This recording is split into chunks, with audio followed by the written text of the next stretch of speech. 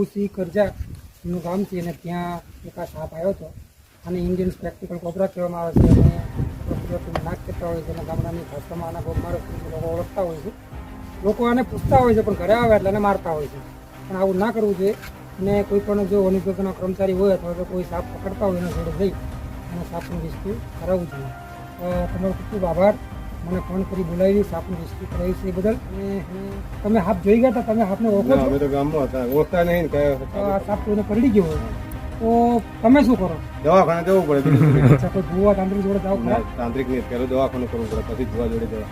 દવાખાના પછી હવે જો સાપ આપણા ગુજરાતની અંદર 4 પ્રકારના ઝેરી આવે છે અને બીજા 50 પ્રકારના સાપ છે એ બિનઝેરી આવે છે.